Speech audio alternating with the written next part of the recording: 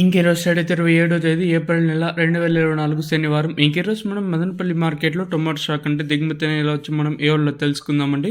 అంటే దిగుమతి నేడుపైన ఎక్కువగా వచ్చిందో లేదా తక్కువ వచ్చిందో వీడియోని ఏ వాళ్ళలో తెలుసుకుందామండి. తెలుసుకునే ముందు ఇంకా మన ఛానల్ సబ్స్క్రైబ్ చేసుకోలేదు, ఇంకా ఎందుకు ఆలస్యం ప్లీజ్ లైక్ ప్లస్ సబ్స్క్రైబ్ చేసుకోండి. మీరు సబ్స్క్రైబ్ చేసుకోండి పర్వాలేదు, కానీ ఈ వీడియోని మాత్రం లైక్ చేయడం మాత్రం మర్చిపోకండి. ఇంకా విషయానికి వస్తే తెలిసిండే కదా, మదనపల్లి మార్కెట్లో సుమారుగా ఒక 29 మండీలు ఇంకా 31, 32, 33 వెళ్తూ ఉన్నాయి.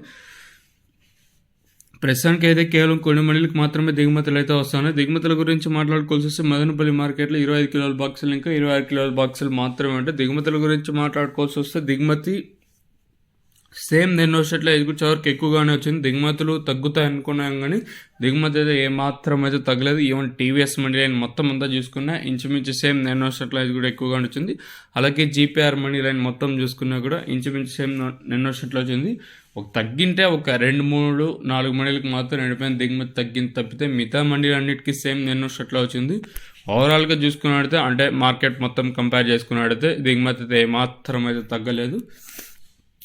మరి చూద్దాము ఈ ధరలు అనేది ఏ విధంగా వెళ్తాయని. మనకి ఒక్కొక్కసారి వేలం పాటలు అనేది 8:30కి ప్రారంభమవుతుంది, 8:45కి అయితే ప్రారంభమవుతూ ఉంటుంది. మరి ధరలు అనేది ఏ మేరకు వెళ్తాయైతే చూడాలి. ఇంకెరోజు స్టార్ట్ 27వ తేదీ ఏప్రిల్ నెల 2024 శనివారం. ఇంకెరోజు మనం మదనపల్లి మార్కెట్లో టొమాటో స్టాక్ అంటే దిగుమతి ఎలా వచ్చి మనం ఏ వాళ్ళలో తెలుసుకుందామండి. అంటే దిగుమతి నేడుపైన ఎక్కువగా వచ్చిందో లేదా తక్కువ వచ్చిందో వీడియోని